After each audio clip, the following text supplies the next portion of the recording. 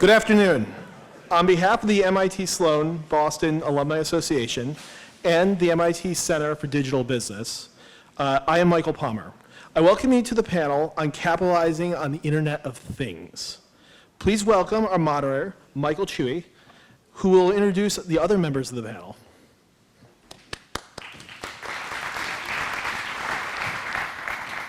Thanks, Michael. And thank you all for taking some time to chat with us and to take part in this discussion. We have the enviable position of being right after lunch. So those of us who remember being on a college campus right after lunch, we will try to keep you interested as well as entertained with our panel.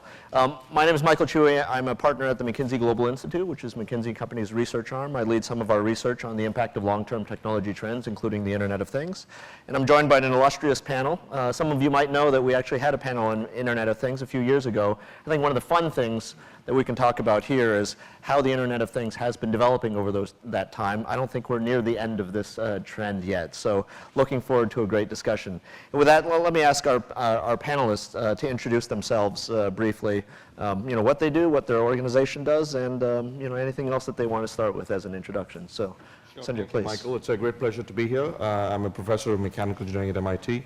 I work in radio frequency ID, Internet of Things, and I enjoy thinking about how these technologies and others are going to shape our future, which I think they will. And your name is? Sanjay Sarma, I'm sorry. Don't miss an opportunity for marketing. Dieter. Okay, my name is Dieter Haban. As you can hear, I'm from Germany, but I'm in the US now for almost 10 years. So I'm the CIO for Daimler Trucks North America, and you may wonder, what is Daimler Trucks North America doing? So we are Freightliner, Western Star, all the yellow school buses from Thomasville Bus. We also do our powertrain engines, and we also have a telematics, like Detroit is our brand. And this is the fun we do. And we are, let's say, in the US, you see, we are the market leader, so every truck you see on the road is, let's say, hopefully ours. Chris. Hi, my name is Chris Kuntz. I'm the Senior Director of Business Development for ThingWorks. We were a Internet of Things startup company, and PTC acquired us in December of this past year. And so we're really helping CIOs and helping companies really take advantage of the explosion of smart connected things by providing an application development platform that allows them to monetize this space. And I'm excited to be here because we've been talking about IoT for years now, and it's finally coming to fruition. We have real stories to share. We have real customers that are actually using technology today to solve problems. Terrific, thank you. And we're going to have a bit of a discussion just to get the conversation going up here on stage, and then be thinking in your heads about what you want to ask our panelists when we come back to all of you. So with that, Sanjay, let's start with you. You were involved very early on in terms of RFID and Internet of Things. And I want to ask this of all of you, but let's start with you, Sanjay, just given the long history you have. Where have we been? Where are we now? What's next? If you just think about this, as being a big trend. Yeah, no, absolutely, Michael. The Churchill quote, this isn't the beginning of the end, this is the end of the beginning. I think we're at the beginning of the beginning, actually. RFID was in some ways the toughest thing. We were trying to bring inanimate objects into the realm of the internet so that you could see where things were, things that had no business being on the internet. But there are a lot of things that have a business being on the internet that are not on the internet right now, right? Think about it. The way we turn a light on today, if you ask a 10-year-old, how do you turn a light on? How does the light work, right? Will they really say that we have a wire that goes from a power source through that light, comes back to a switch, we break a circuit physically, and then close the circuit back to the power source? That's what we do today.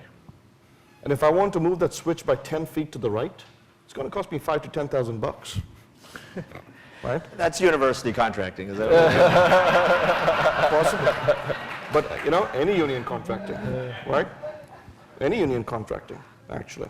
But imagine if that thing were Wi-Fi enabled, let's not say some network enabled.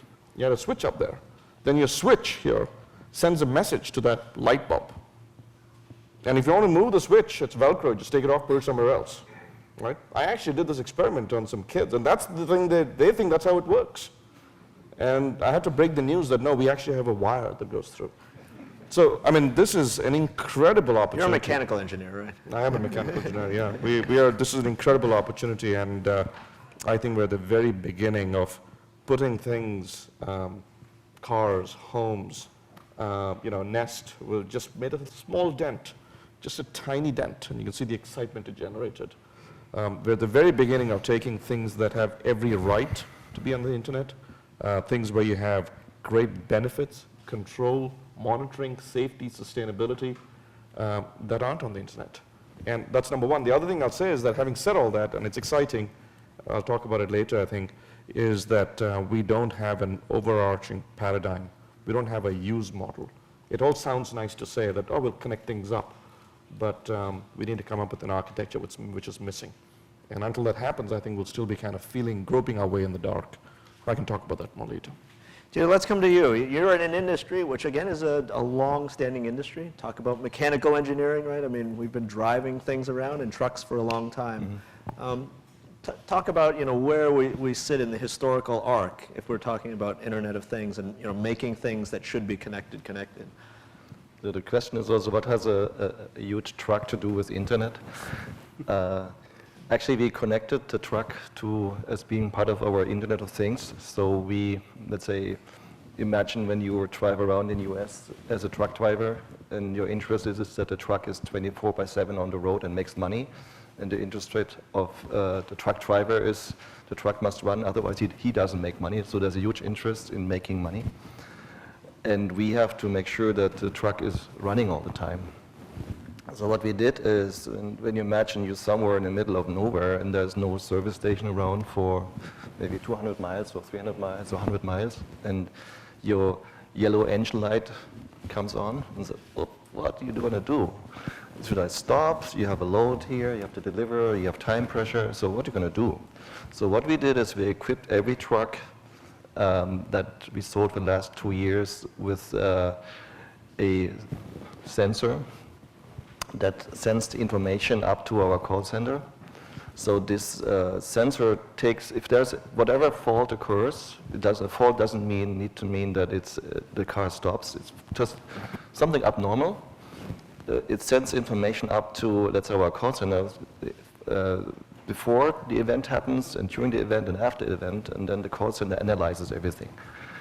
And then this is like driving around with a bunch of virtual technicians, what we call it, that sit there. So the truck driver is always connected to us without knowing it, and if something happens, we inform the fleet, we inform the truck driver.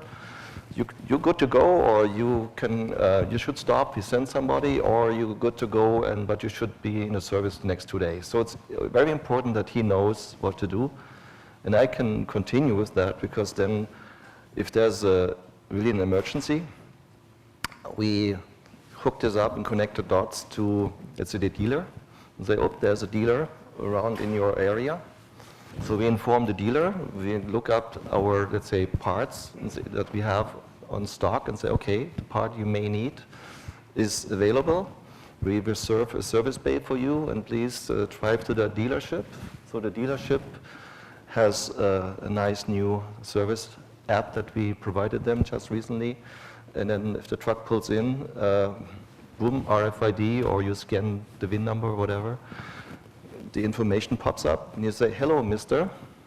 We know you, we know your problem, and we have the part on hand, and please have a seat and a coffee, and we get you out of here right away. So, and this also connects to the warranty system. So we connect all those parts together to make, let's say, a good customer experience.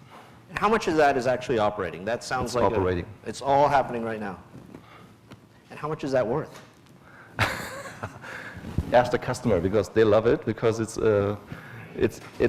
for the customer interest to make it happen that you have 24/7 operating of the truck. And the next step would be, like, say, predictive. So I can predict maybe something happening before yellow light comes on.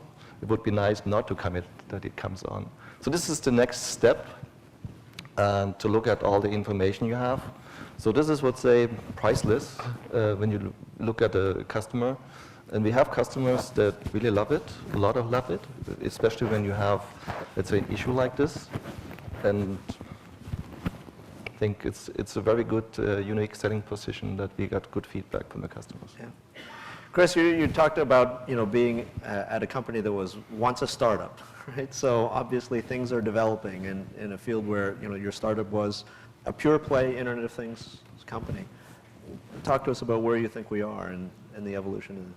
Well, what's interesting is the common thread here is around products or things being connected, and connected is not just being connected to the internet and transferring data. It's being connected to a business process. Unfortunately, I don't drive a Daimler truck around, but my car yesterday morning, I was getting ready to head out here, and my check engine light on my Audi came on. So I'm thinking, okay, this is a smart connected vehicle. It's going to fix itself, or something's going to happen. I'm not going to have to worry about it, right? It was a smart product. It knew something was wrong, but it wasn't a connected product. So nothing got fixed until I went into the service department and had it fixed. But I think that's one of the biggest trends that has happened in getting in front of audiences 5-10 years ago, or getting in front of customers versus today, is people are understanding it's not just about connecting your product or connecting this smart thing and capturing data. It's about what do you do with that data? How do you integrate it with a business process?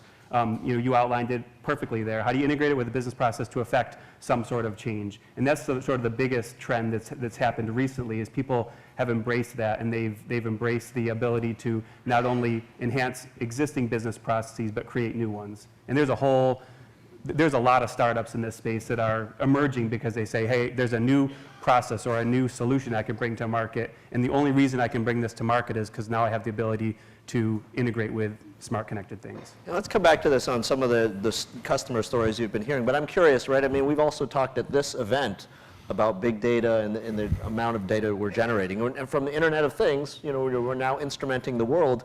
We're generating even more data than we had previously. But how many people in their organizations, lots of CIOs in the room, are generating more data than you're actually capturing value from? Not 100%, really? It's only around 60 or 80. I think, Chris, you should tell me, right? Are you seeing, lots of sensors being placed out there, but actually, maybe being used for control, but not as much for analysis and optimization? Well, I think there's two parts to that. People are getting smarter at how they are equipping and enabling the edge, right? Yeah. So I remember talking to CIOs 5-6 years ago, and they would just instruct the product development groups to send all the data over. Send me your 2 terabyte log file over every day, and we'll figure something out. Today, it's a different conversation, which is complexity for the CIO. Now they have to actually think about talking to product development, because there's a way to instrument that data. There's a way to add intelligence on the edge so you can be smarter about what you send over. Or maybe there's edge processing that you can do so you don't have to send over data and use up bandwidth. You can affect change at the edge. There was an article yesterday, I think, about the fog in addition to the cloud, right? Where more processing is being pushed to the edge. Yes, exactly. Chris, I'd love to hear some more about, you have a company that sees across many different industries and sectors. What are some of those customer stories where the use of these sensors and devices connected by networks to computing resources are actually creating value? Yeah, so smart agriculture is a big space for us. So we have a customer, On-Farm Systems. They were actually IBM's Smarter Planet Startup of the Year last year. And so they're solving the problem of efficient water usage for farming operations. And this guy's based out of Central Valley, California, which is just in a drought, seems like every year, right? Especially bad this year. Yeah, it's particularly bad this year. And so what he's doing is using ThingWorx to integrate soil moisture data from soil sensors, weather data from National Weather Service, and build that into an application. He has an algorithm that says, hey, I can help farmers be smarter about how they irrigate their crops or how they fertilize their crops based on what's happening on the farm and what's going to happen weather-wise. And so we built this application, went to market very quickly with it, but the dynamics of this environment changed so much that he has to rapidly evolve as situations present itself. So he's built this application, he's selling it to farmers, and then a few months down the road, somebody comes up to him and says, I have aerial crop stress photo data. Could you use that? He's like, hey, if I integrate that into my algorithm, I can produce a better output, a better recommendation for my farmers. And so he's able to take 10% water savings up to 15, 20% water savings by integrating these sources of data that really weren't designed to be integrated together. And so we have examples in smart agriculture and farming, medical devices, construction equipment, mining equipment, all the way What's up going to... on in medical devices? So medical devices are interesting, right? So if you think about a hospital, it's a factory. Sick patients come in and healthy patients come out. So, Just like trucks. but equipment uptime is a major concern there, right? And these products are intelligent. They know when they're going to fail. So you can do things like predictive maintenance on those on medical devices. And that's what a lot of our customers are doing around remote service and remote diagnostics. But what gets really interesting is when you look at new business processes like pay-per-use leasing of the equipment, or determining whether one of your customers is using a competitor's product because the usage went down over the course of a month. So being very smart about how you interact with the customer, how you interact and create a better customer experience around that smart connected product. So innovations around commercial, or innovations around business model, innovations around experience. Yes. Yeah. I'm curious, in our pre-discussions, we talked a little bit about how Internet of Things can actually change the experience of people, of users, members, customers, drivers, et cetera. Any reflections on that? Dieter, start with you. For me, it's important to have the right people with the open mind, just to think visionary and say, hey, this is the possibility to have, because as you said, we are just at the beginning. And there's endless possibilities. For me, when I, let's say, look at, do I have the right people for that? And so you must have good people for that. And I have a guy I always joke with him, he has 15,000 apps on his iPad. And I said, how do you manage, how do you know that stuff? And then the last time he showed me, oh, look at this app. I said, great, looks great. What is it doing? I don't know yet, but I will find out, but it's a great app. So these are the people you need to have on your team in order to think about how you transform your business. Because they're visionary, they see things, and because you can do things the same way at the same time, and then you always get the same result, or you think a little different, because there's possibilities with RFID, how you connect all the things, how we change, let's say, the way we do things today. Let's make an example. If you connect all the RFID tags that are much cheaper than a few years ago, and you get really a business case for that, because now it's a few cents, and there's a lot of information you can store in it. Maybe in a year you store even more data on it, and you're all connected. What are the possibilities you can do? So you have to have people that think different, think outside the box. But then you have to have people that do it. They have to have the doers. And we have all those kinds of good people. So we came up with a great solution how we, let's say, just imagine you have, if you build a truck, you need one truck to bring in parts to build one truck. So if you have, let's say, a huge plant, let's say 500 trailers, how you manage all those trailers, how you know what's on the trailer. So we tag them with RFID, and then we know what's in it. Then you connect all the dots that you have with other not related systems. And so you know, and you make the flow. This is a hospital or factory, right? So factory.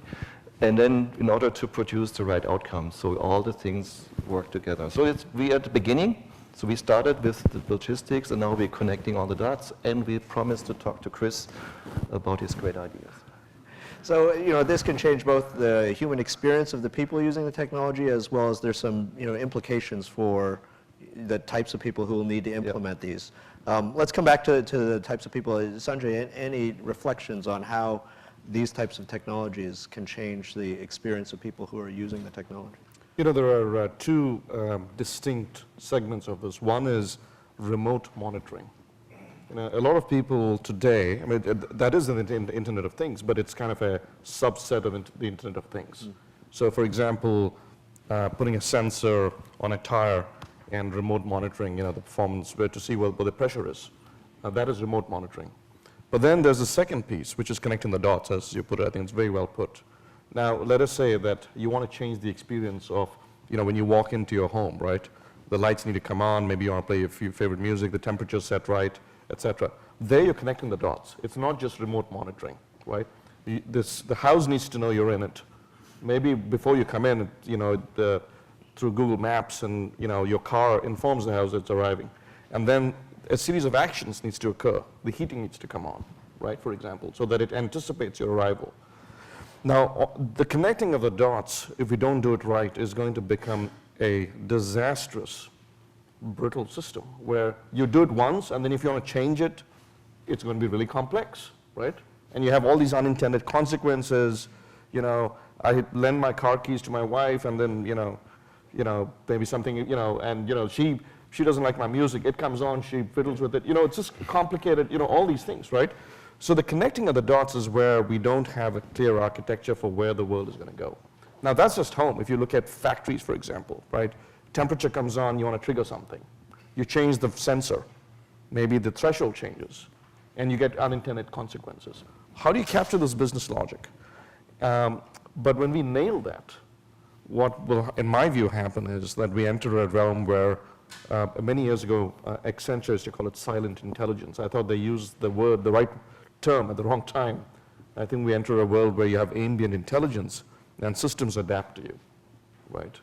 And it becomes a seamless experience where, as I said, your home adapts to you, your office adapts to you, the factory adapts to the circumstances, and so on. For example, a factory might know that the spot price of power has gone up and may automatically switch to gas, natural gas, to a turbine. I mean, just fascinating things that could happen. But only if we have confidence that we can write systems that are robust and verify them. So these adaptive ambient environments. So say more. You had mentioned before that we've talked a lot about these technologies, but there's lacking sort of an overall architectural philosophy or framework. You've been doing some thinking about that. Can you say more about what you've been thinking about? Yeah, before the World Wide Web was born, we had the internet for more than decades. What did Tim Berners-Lee do? He did something very courageous. Before the internet, you could do these telnet sessions. I don't know if you remember it called. It was a live session, right? And Tim said, forget that. He said, a browser downloads a page, and it has a link. That's it. It's not a live session. Once you download the page is static. The information in the server might change, but the page is static. It was a compromise, but it created a beautiful use paradigm. It created an architecture that we could wrap our heads around, and it unleashed creativity. Until that happened, of course, you had the internet, which is much more powerful than the web, but we weren't able to unleash creativity. He proposed a Lego-like architecture, which was actually based on a compromise, right? And if you look at the history of architectures, it is always a step backwards almost that leads to several steps forwards. TCP/IP, before that we had continuous sessions, and the architectural decision was, let's break them down to packets. And we knew that would be less efficient. But today, we do telephony with TCP/IP. It was a step back, but created a kind of a building block, Lego-like. You could do a lot of magic around. Cellular telephony, before that we had point-to-point Motorola radios, right? If I spoke to you, my radio would talk to you. We took a step back and said, no, we'll do something less efficient sounding, which is go through a base station, through the cloud, and we'll communicate. So even if you and I are sitting next to each other, we go through the cloud to communicate, right? So the problem with the Internet of Things is it all sounds great, but there is no defining architecture. So if I want that light to come on when I walk into the room, what do? Does the Bluetooth with my phone talk to Bluetooth on that light switch? So do I need to pair it? Then if I change my phone, do I need to come and pair it again? Right? There's a pretty fundamental, these are the n-squared connections, the n-choose-2 connections that will destroy, the stability of a system. So my argument is that the future lies in what I call a cloud of things. The idea is that you take every object and you create an avatar in the sky. And it's the avatars that talk to each other. It's kind of like Second Life. And the interfaces there are software interfaces, which are much more malleable than a Bluetooth interface or a Zigbee interface. Right? So now if I get a new phone, I just say I have a new phone, I pair it to my iCloud account or whatever, and it's done. Now everything's talking to that avatar. Now, I'm not suggesting that's the best architecture out there. It's a compromise. It has certain disadvantages, but creates a metaphor that we can manipulate. Right now, we're missing that defining metaphor. Right now, it's just a bunch of things we could do, but we'll end up with a cobweb of business logic that'll be absolutely impossible to manage if we don't get it something straight. like some sort of object-oriented abstraction for Exactly. Object-orientedness was another wonderful abstraction, which was a step back, but unleashed creativity. It was an architecture, right? As opposed to writing, 10,000 lines of Fortran code, right? Which is the world we were in. And frankly, the IT world is stuck in the enterprise integration mindset. And you know how difficult it is to make small changes in the IT infrastructure. How many things break? The Internet of Things is going to be orders of magnitude more complicated. And we're going to walk right smack straight into the same problem, except orders of magnitude bigger, downsides. And when things break, they could be quite bad, right?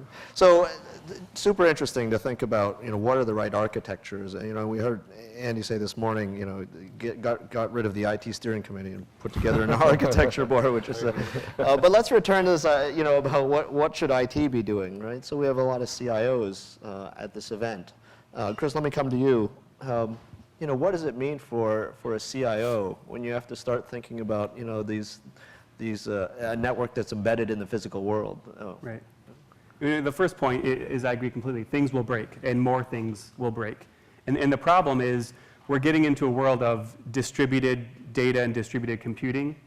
So the world that the CIO owns isn't necessarily in his data center anymore. It's edge intelligence. Or her data center. Right.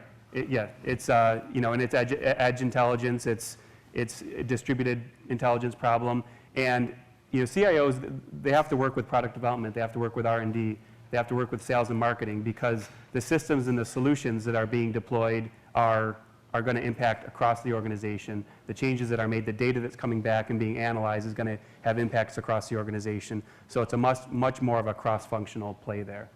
And having an architecture that is something where you can, avatars, that's a great example. We like to use social, right? So being able to treat things as social entities just like humans are social in their behavior, in the way you adopt security and privacy around them, in the way you adopt control around them. There needs to be a standard way to do that. Otherwise, the role and the job of the CIO is going to be challenging moving forward. So how does that? If I could just add to please, that? yeah. The other challenge, actually, thank you for raising that, is security. This n-choose and, I'll connect everything to everything. There are now n-squared ways to screw up the security. The reason that, even with the browser and the web, the browser and the sandboxing, we finally, I think, nailed it. We're able to at least finally control security on in the web, right? A little bit. We're not there yet, but because it's such a simple architecture, we have a shot at doing it. So another reason to have a defining architecture is so that we can line all our guns and solve the security problem for that one architecture. I am concerned that people are just making stuff up as they go right now. And I think there's a disaster waiting, to happen. Sorry. Who's concerned about the cybersecurity problem for embedded Internet of Things? Nobody. Now that's about 100%. That's pretty close.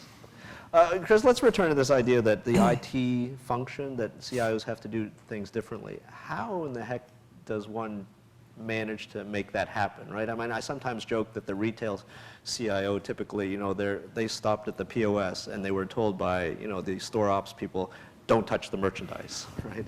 Whereas in an IoT world, they have to touch the merchandise. How do you make that transition? Well, it's interesting as a technology vendor, and we should ask Dieter this, but as a technology vendor, I remember a few years ago sitting in a meeting with our client, we're sitting with the CIO and we're talking about the connected device solution that we're building for them, and everything was going great, and they're tasked by the business to build this connected product that'll, solve uptime problems and all this other great stuff. And then a few weeks later, we got a call from the engineering group, and they needed to instrument the product, so needed some advice on that, so we had to go back in there, and we're in this conference room with a, glass window, and the IT group walks by, and they're, scowling at us, and they're like, we don't talk to those guys. Why is our company in there talking to, this group that we don't talk to? And then, 3 weeks after that, we're all together in the same room, collaborating and talking. So they have to embrace the fact that there's this cross-functional behavior, and the solution is something that is, it's certainly spans the scope, and it's not just constrained to technology or to implementing a certain business process. Jealousy works, right? Dieter, you very practically in your day job, this is this changes things. Can you talk more about what your experience has been and how you become successful? I think we're very successful with, we can say partner with the business, or maybe just walk side by side with the business and finding solutions, because they know what they want, but they don't know how to implement it. And then together we see things. So the earlier we are together, and this is what we do actually in our business, we work and very close together to find solutions, and this is how we, let's say, we implement things. So we are in strategy workshops, or we are constantly, or we partner with business all the time. We are part of the business team. So it's not that there's IT and there's business. What is business? So we are part of the business because we also part of the solution. And very often, let's say, it's a very fruitful discussion coming up with ideas, because you know the process and say, hey, how about this? Because sometimes the business doesn't know that the technology can be a shortcut for their problem. So how did they know? So there's a lot of technology out there that we know, we scan, that we learn new, and then it makes maybe solutions completely different. And there may be things that are maybe not working today, but maybe working tomorrow, and then you should have, let's say, a clear vision and a path what you want to do. And I'll tell you one story, it's always, let's say, funny for me, because it was kind of my life experience. So when I, some time ago, 20 years ago, let's say 20 years ago, 25 years ago, I was When you were 10 years old. When I was 10 years old. I was a researcher, was on the West Coast, and then he worked on, as you said, on the earliest thing, on real-time communication, real-time video, real-time audio, large distributed systems. And then I gave a speech to the sponsors and said, you know, what you can do with real-time video and audio. And I explained them the digital jukebox, what you can do. And so I explained them what everybody knows today and everybody does with his phone. I explained them Pandora. I didn't know what Pandora is at that time. I explained them YouTube and said, that's impossible. That's impossible. There's no computer that can handle more than 2 users. And there's the network bandwidth is so small. How you do that? So, yeah, you know, times is changing. So I didn't succeed to convince them. Otherwise, I wouldn't sit here right now. But this is what you need. You need to have a supportive environment. So I try to be a boss that's a supporter for ideas, because it's for the ideas of the people that make things happen. And then I maybe don't see it, but I want to give them a platform to discuss their ideas. Because if you don't listen to them, they maybe tell you 1 or 2 times an idea, and this third time they don't tell you their ideas. Right. And this is why I need to tap into their knowledge, work with them. And this is very important because we are at the beginning. So there are endless possibilities. And I like those guys that come up with great ideas and then have another team then that just make it happen. Well, let's talk a little bit. Sanjay, you had mentioned a couple things, right? A lack of an overall architecture, some challenges around cybersecurity. We have talked about the tremendous potential of these types of technologies, to add value to disrupt business models, et cetera. But we've also said we're at the very beginning. If there's so much potential, what are those obstacles keeping us from moving even faster? What are the things that would have to be, what are the things that would have to be overcome or to move out of the way in order for this value to really be captured?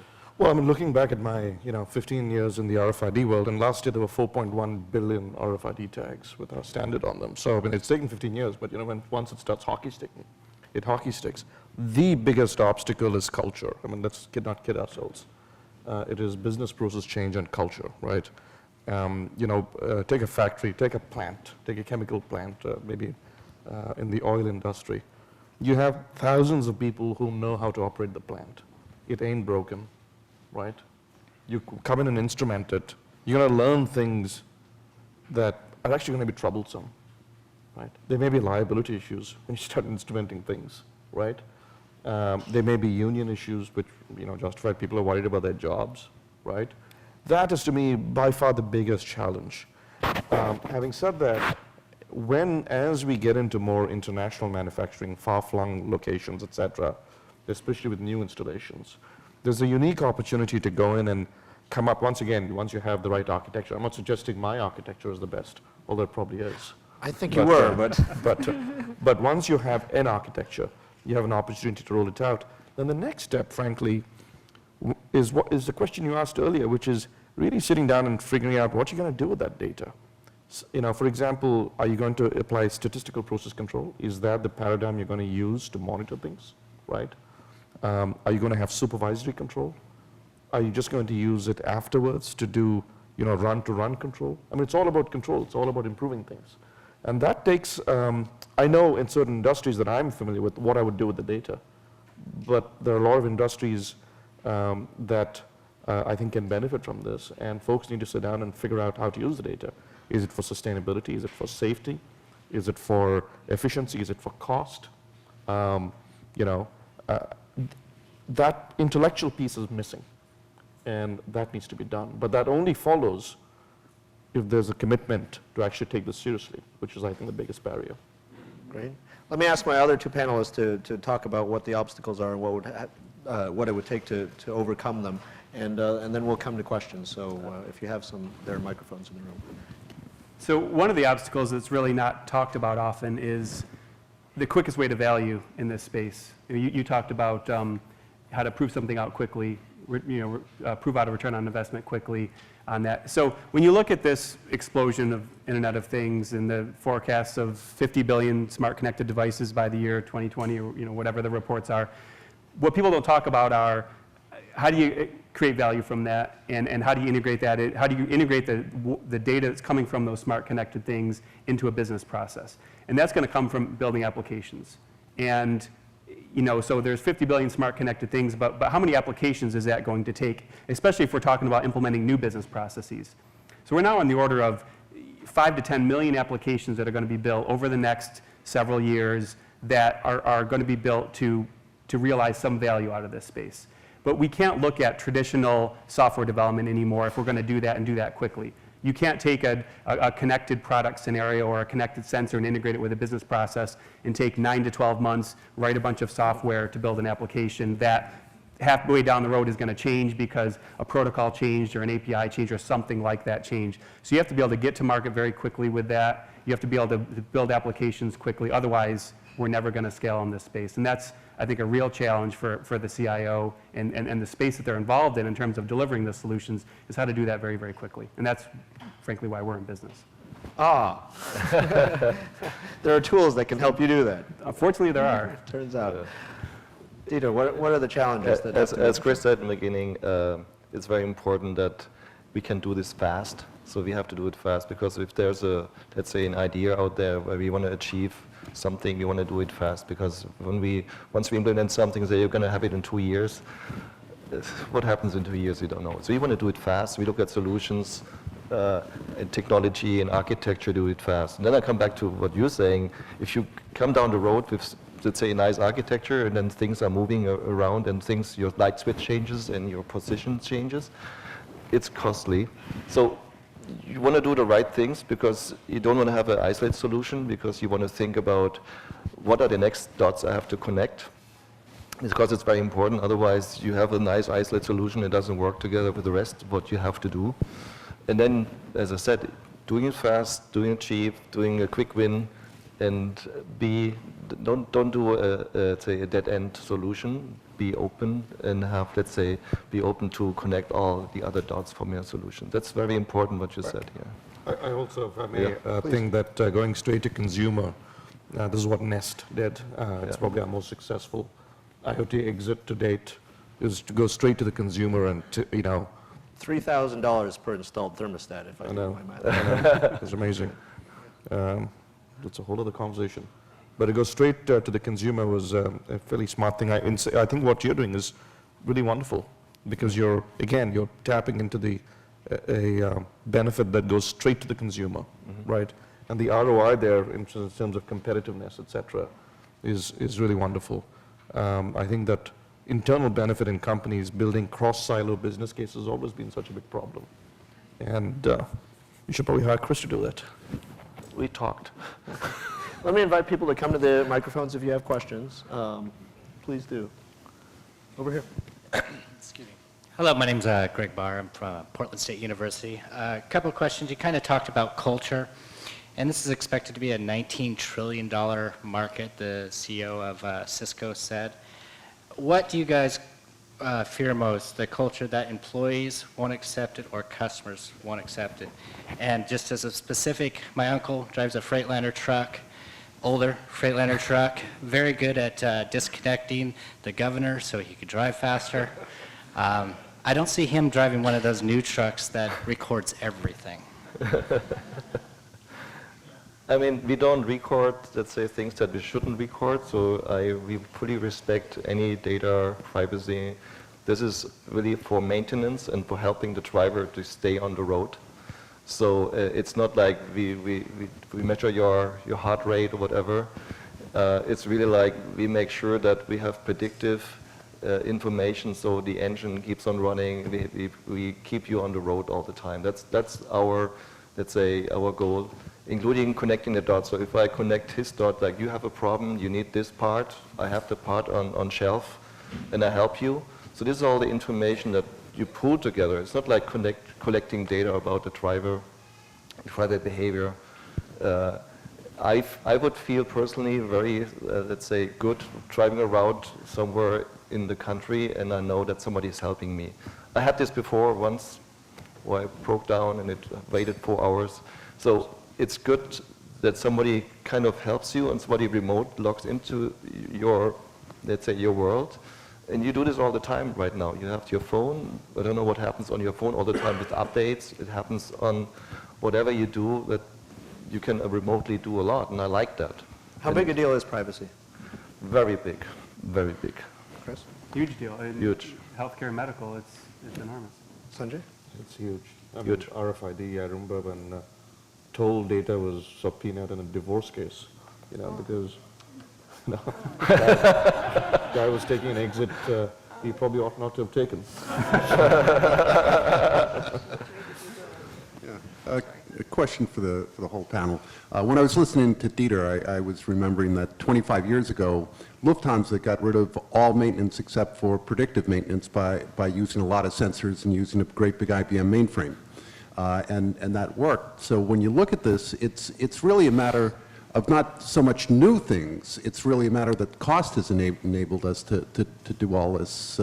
Sensors are cheap, there are lots and lots of microcontrollers in everything. Connectivity has been modularized, things like Bluetooth LE. The idea of building a Nest 10 years ago would be inconceivable without the cost reductions due to sensors and also mobile components. Mm-hmm. So isn't this really just redoing larger systems and making them more personal? So, old wine in new bottles? Should I start? Go ahead. Yes, you're right. So, I mean, we cannot equip, let's say, a truck like an airplane. So if you have a yellow engine light on the airplane, I don't want to be on that plane. So I fully agree that you need that. For a truck, it's always like cost. Cost is always the driver. So we can do what, and right now, you also have to look at, let's say, not every invention is an innovation. So for me, innovation is something that you can really deploy to the market. And if there's a technology that's now good enough and cheap enough to do it, that's wonderful. So it's not like you invent everything new. It's there, now you can use it. So then you have to use it wisely. So if I come in and say, hey, IT can do a lot of things, say, okay, you guys are always expensive. No, so it must make sense. And this technology and let's say, how the things get smaller and cheaper and faster and better, it helps a lot driving innovation in all other industries. So this is, yes, you're very right. I like to do more, but it also has to be for a certain price because the customer is not willing to pay, let's say, double the price because I equip more with sensors. So it's always a balance. Chris, go ahead. I was going to say, I don't think it's all wine in new bottles. I actually think there's some pretty fundamentally different things, right? It's just the cloud, for example. It's, we thought about it 20 years ago. But the availability and the flexibility and the cost just fundamentally enable us to think about different models. In some ways, every idea is an old idea. In some ways, we stopped having new ideas 30 years ago, right? Everything was out there, right, in some sci-fi book, if nothing else. But the pathways have become different because of the changing economics and the technologies. And also adding what you can do today with mobility and with the bandwidth. So I said 20 years ago you didn't have the bandwidth. Now you have the bandwidth. Now you can deliver more information in real time. Yeah, and that changes a lot. That changes the dynamics of what you can implement, what you can innovate on, adding edge intelligence, distributing the intelligence around, because you have cheaper bandwidth and cheaper computing power at the edge. That Chris, helps you a lot. mentioned all these new apps. How different is the development? Can you take someone who is doing middleware and turn them into an IoT applications developer? Yes and no. I think part of the thing is the situation changes to where the person with the business hat on solving the business problem is now influential in building the application, building the solution. It's not a coder that knows nothing about the business, right? It is putting the power of these solutions into the hands of a business analyst or somebody that has context into what problem I'm solving. Please. So we've heard quite a lot about the opportunities, and I'm a great supporter of where this might go. But I wanted to go to the negative side just for a second. Yeah. January this year, we heard the first stories of a refrigerator and TVs being used as part of a botnet attack on businesses. So we talk about Nest, we talk about things like this, and the connected home, things like that. So what's the panel's thoughts on this whole thing about getting your home hacked? Quick thoughts? I want to make sure we got as many as we can. Yes, it's a concern. Absolutely. I mean, I think when you look at privacy and security, and you look at, I still get back to this whole social concept or an avatar. When you look at things in your house, you should be able to control them in the same way that you're controlling your social network. I can share this with this person can share this with me. I have control over these things. Only these people have access to these things. But it adds a whole set of dynamics, right? What if your wife walks into the house and something else turns on the TV or whatever, right? So there's a whole set of dynamics around privacy and security that have to be comprehended, but we need a common architecture to address that. Otherwise, Have we solved this problem? No, in fact, I was going to say that, by the way, don't kid yourself. We can hack your car today. Right? Well, So my point is that, in fact, you're already in the Internet of Things. Forget the future. You're already there. And quite literally, I can hack your car today, right? Yeah, I'm just thinking it's going to get worse. And Yeah. the whole home connected, what's the story in terms of someone burgling you? They hack into your system, they open the doors, they just walk in, No, but that's my point. I mean, for example, a lot of homes have Extend today. Okay, my home, we bought it a few years ago, had Extend. You could plug into the power, in the plug outside on the deck. You could control my home, right? So in fact, we've stumbled into this blindly. If anything, now we're going to confront the issue and do it right. At least we're going to spend some cycles thinking about it. Sure. But we already have the Internet of Things in a number of places, we just don't realize it. Yeah. So we're just confronting it right now. Let's come over here. Yeah. I'll be quick. I think there's something positive because being at the beginning of things, as opposed to all the stories we've heard about, the integration horror stories of, including healthcare.gov, where they were not meant to be interoperable or connected. I think they're somewhere in the middle. But my question was, we definitely need the architecture. Without that, we're going to be, stumbling. But the electric grid, there are standards and protocols that we all adhere to, right? Is there a lesson or a model from that kind of utility type of thing that we could start, because we're early in the conversation, start putting out those kinds of models, because otherwise there'll be a Zigbee and a Bluetooth. I'm just wondering, because we definitely need to start early with the standards and the architecture, otherwise we'll become non-interoperable and huge integration costs and still don't do it right. Where are we in terms of standards? We don't have a standard. We have Everyone too has many standards. standards. Yeah, we don't have standards. The point is with a standard, it's good to have it, but it's always too late. Right. And it also prevents sometimes new innovations. So it's good to have it, and it's not there yet. But one of the reasons I'm saying put it in the cloud is it doesn't matter what the standard is for getting into the cloud. Once you get to the cloud, you have a standard, right? You have, all these, you have RESTful interfaces and so on. Yeah. But how you get from here to there, I think each system will use its own. You'll probably use, the Daimler truck will use its system, and someone else might cut a deal with Verizon or something else. But I do think that the power grid is a great example of a very large system which could go awry and has gone awry in the past with cascading failures, etc. There's some extraordinary lessons to be learned from it. I don't think the power grid folks have completely figured them out either. And as we saw in the power failure that hit New York, a decade ago. So there is a whole area we need to figure out. So I do agree with that. And I think, just to add this, and as part of the architecture, we should include right away at the beginning security. Yeah. So even for the RFID tag, even for the little things, because I don't want to have somebody order from my fridge something or access my fridge or whatever, so, or my phone. Or your pacemaker. Yeah. Let's take one more question and then the dreaded lightning round. So I'm trying to push this in my company, and so I have a question around ROI, and where are the most value you're seeing in this space, and what are the dimensions to look for? For example, we talked about remote monitoring or remote control, but what are the dimensions we should look for value? Where is the value, and how do I present that value or calculate that value to my bosses? Why don't we get a quick response from each of you? What's most attractive, and what are the dimensions you should be looking for? I mean, I think that's an open-ended question. It's very hard to answer it. But I do think that, for example, if you look at safety, insurance, that's a very clear place to make the ROI, right? If you get a home security system, your insurance goes down. That's one place where people start. But there are so many entry points I don't think I could do justice. I don't think we all know the answers, but I'm sure the other panelists have some suggestions. When we look at value, it's always like one thing is the customer. So do we make the customer more happy? Do we have a value for the customer? Whatever it is it's the customer is, let's say, looking at, let's say, also his cost. And on the other side, if we have some things that we do in manufacturing, for example, it's better cost position for us. So there are also improving processes. So there are different ways to look at the value. Is it an internal value, or is it, the internal value can also be a customer value, because if you do things better and cheaper, maybe the customer has also an advantage. It always comes from the end customer. Chris?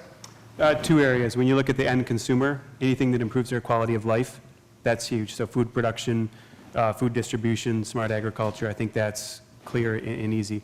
Second area that we're seeing a lot of is obviously anything that involves significant negative consequences when machines go down. So whether it's factory or medical devices or mining or construction equipment, those are very easy to quantify oftentimes, and this technology is obviously appropriate for that. All right, in the remaining minute, quick questions, quick answers. And let's start with Chris. What IoT application will be the basis of the next billion-dollar IPO or acquisition? I can't say ThingWorks, can I? No. Smart agriculture in general. Dita? My phone is my life. Something related to your phone. Sanjay. Smart ag, smart cars. From which country will the $1 billion The U.S. US. U.S. Ooh, interesting. Homers.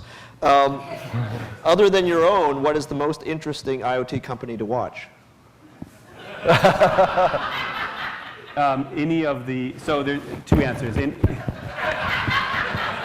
Outside of smart trucking, any of the big data analytics companies, but the other is the companies like OnRamp and Sigfox that make these low power, low bandwidth wireless networks. I think that's pretty fascinating stuff.